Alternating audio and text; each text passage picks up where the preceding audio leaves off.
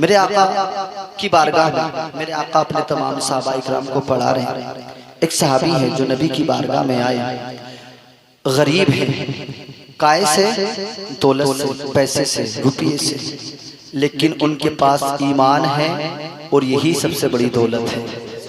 सुभान अल्लाह। दुनिया के अमीर एक तरफ, ईमान वाला आका का उम्मती एक तरफ, कोई उसकी मिसाल नहीं ला सकता। आका का कलमा पढ़ते हैं, ईमान दिल में है, लेकिन दौलत की तरफ से गरीब है। आका की बारगाह में पहुंचे, मेरे आका ने इरशाद फरमाया, उन्होंने सलाम किया, मेरे आका ने जवाब दिया, पूछा हाल चाल खैरियत पूछी कैसे हैं, कहा या रसूलल्लाह मैं ठीक हूँ। देखें अल्लाह का शुक्र हर हाल में अदा किया करो। आज इंसान बड़ा नाशुक्रा हो गया है। बहुत कुछ है हमारे पास, बहुत कुछ है हमारे पास, अल्लाह ने बड़ी नेमतों से हमें नवाजा है, लेकिन अभी चौराहे पर खड़े होकर कोई पूछने लगे ना हमसे आपके कैसे हाल है, तो कहेंगे बहुत बुरी कट रही है, कारोबार सब चौपट पड़ा है, बहुत मद्दा चल रहा है इस वक्त में। मतलब ऐसी आवाज निकालता है जैसे कि बिल्कुल मलकुल मौत ने अपना पंजा इसके गले पर रख दिया है कि हालात बहुत खराब हैं। इस इंसान को ये नहीं पता जिसने दिया है वो भी जानता है मैंने कितना दिया है, और जिसके बारे में तो झूठ बोल रहा है वो जानता है कि मैंने दिया है, फिर भी ये नाशुक्री कर रहा है, नाशुक्री कर रहा है।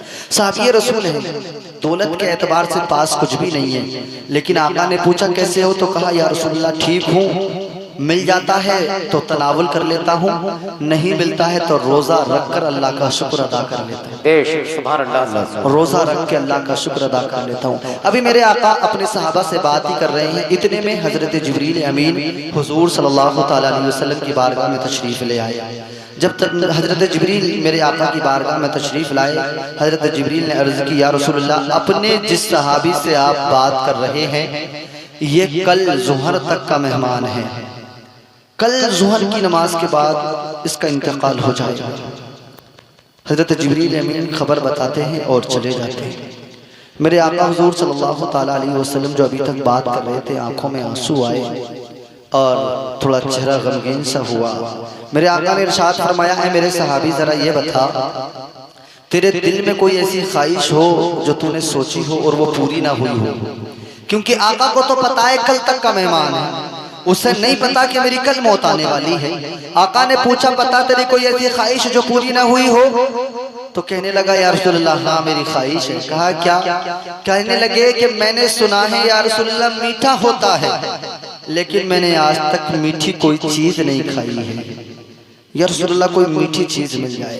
देखें हम अल्लाह की नाशुक्री करते हैं, उन्होंने मीठा नहीं खाया, सारी जिंदगी मीठा नहीं मिला, अल्लाह का शुक्र देखें किस अंदाज में अदा कर रहे हैं। हम हैं रोजाना मीठा एक से एक बड़े होटल में जाकर के खाते, एक से एक बड़ी पार्टियों में जाते, और हमने तो देखा है किसी बेटी की शादी हो जाए ना, शादी में जाकर इस तरीके से ठूंसता है, इस तरीके से खाता है, आधा खाता है, आधा जो है ना टेबलों के नीचे डालता है। कभी ये नहीं सोचता कि ये जो खाना है, ये जो मीठा है, किसी के खून पसीने से कमा करके यहाँ तक आया है। किसी बाप ने अपनी बेटी का जो इंतजाम किया है ना, ये कहीं टांका डालकर नहीं किया है, बल्कि उसने ओवर ड्यूटी करके ये काम किया है। उसने जो है ना अपने बच्चों से दूर रह रह करके कमाया है, उसने जो है ना परदेश रह रहकर अपने बच्चों के खाने के इंतजाम को किया है। अरे किसी की इज्जत से ऐसा ना खेला करो, जो तुम्हारे पास खाने का सामान आया करे उस खाने को पूरे को तनावुल किया करो, किसी की इज्जत को यूं नीलाम करने की कोशिश ना किया करो। अगर हमारी प्लेट में जो खाना आ जाए हम पहले पूरे को तनावुल करें,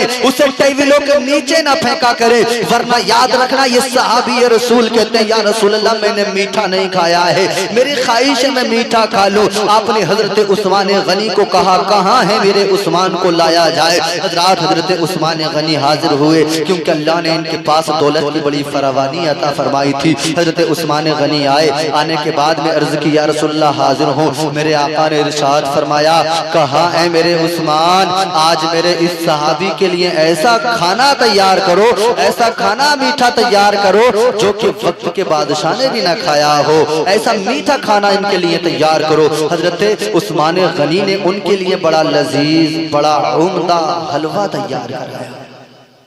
हलवा। मेरे आका ने पूछा और कोई ख्वाहिश है? कहने लगे या रसूलल्लाह मैं चाहता हूँ मेरी शादी हो जाए, मेरी भी दुल्हन हो और रात की तारीकियों में मैं भी अपने मुसल्ले पर बैठकर अपने रब को राजी करूं और मेरी दुल्हन भी अपने मुसल्ले पर बैठकर रब को राजी करे। मेरी ख्वाहिश से मेरी शादी हो जाए। आका ने इरशाद फरमाया फिर अब तक शादी क्यों नहीं की? कहने लगे या रसूल अल्लाह, गरीब हूँ, मुफलिस हूँ, पैसा नहीं है मेरे पास, कोई अपनी बेटी देना नहीं चाहता। कहा फिर तुम्हारे कुनबे में कबीले में कोई है? उन्होंने एक बेटी का नाम लिया कि हाँ है। जब हजरात मेरे आका ने उनके घर रिश्ता भेजा और कहा कि ये मेरी मर्जी है, अपनी बेटी का निकाह तुम इस नौजवान के साथ कर दो।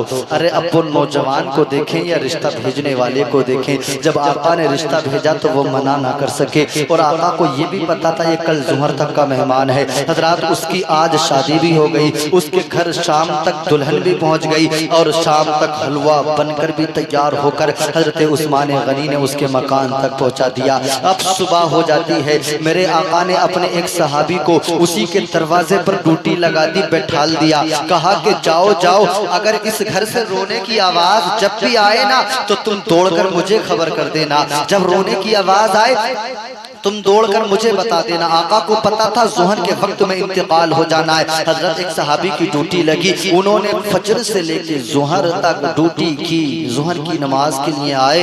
मेरे आका ने इरशाद फरमाया बताओ क्या हुआ? कहा या रसूलल्लाह वहाँ तो कोई भी नहीं रोया, वहाँ तो किसी के रोने की आवाज़ भी नहीं आई, वहाँ तो सबके चेहरों पर मुस्कुराहट है। आका ने इरशाद फरमाया नमाज पढ़ो, फिर चले जाओ। नमाज पढ़ के फिर चले गए। असर की नमाज में फिर आए, फिर आका ने इरशाद फरमाया क्या हुआ? कोई रोया? रोने की आवाज आई। कहा या रसूलल्लाह कोई नहीं रोया, किसी के चेहरे पर हमने गमगीन भी नहीं देखी, सारे के सारे मुस्कुरा रहे हैं। हजरात अब सुनना, जो बात बताना चाह रहा हूं मैं अब सुने। मेरे आका ने रब की बारगाह में अरीजा पेश किया, कहा मेरे मौला जिब्राइल झूठ बोल नहीं सकता।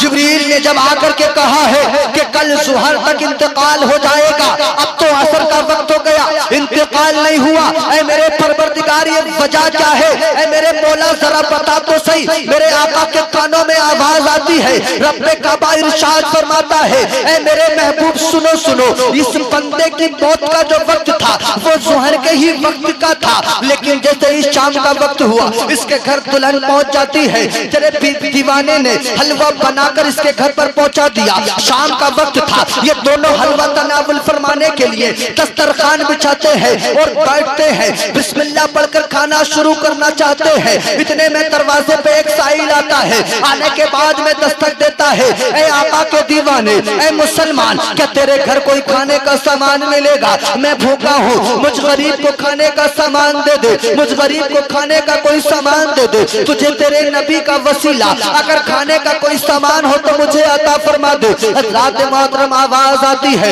या रसूल मेरे प्यारे महबूब। जब उसके कानों में आवाज आई उसने अपनी बीवी के चेहरे को देखा। बीबी ने कहा मेरे शोहर मैं तो आपकी बीबी हूँ, अब आपकी मर्जी है, इस खाने को खाना है या गरीब को देना है। कसम खुदा की जिसने सारी जिंदगी कभी मीठा चक्के ना देखा हो, जिसने सारी जिंदगी कभी मीठा खा के ना देखा हो, अब उसके सामने बहुत बड़ा इम्तिहान था कि मीठे को खाया जाए या गरीब को दिया जाए। लेकिन दिल ने फैसला किया अरे जिंदगी रहेगी तो मीठा तो बाद में भी खा लूंगा, जिंदगी रहेगी तो मीठा तो बाद में भी बनवा लूंगा। चलो ऐसा करो इसे गरीब को दे दिया जाए। उन्होंने उठाया, अरे वो उम्दा वो लजीज पकवान उन्होंने उठाया, आने वाले साहिल को दे दिया। जब साहिल ने वो उम्दा खाना लिया, लेने के बाद मुस्कुराया, मुस्कुराने के बाद कहने लगा ऐ अल्लाह तू इस घर की खुशियों को सलामत रखना, ऐ अल्लाह तू इस घर की खुशियों को सलामत रखना, इस घर की खुशियों को बाकी रखना।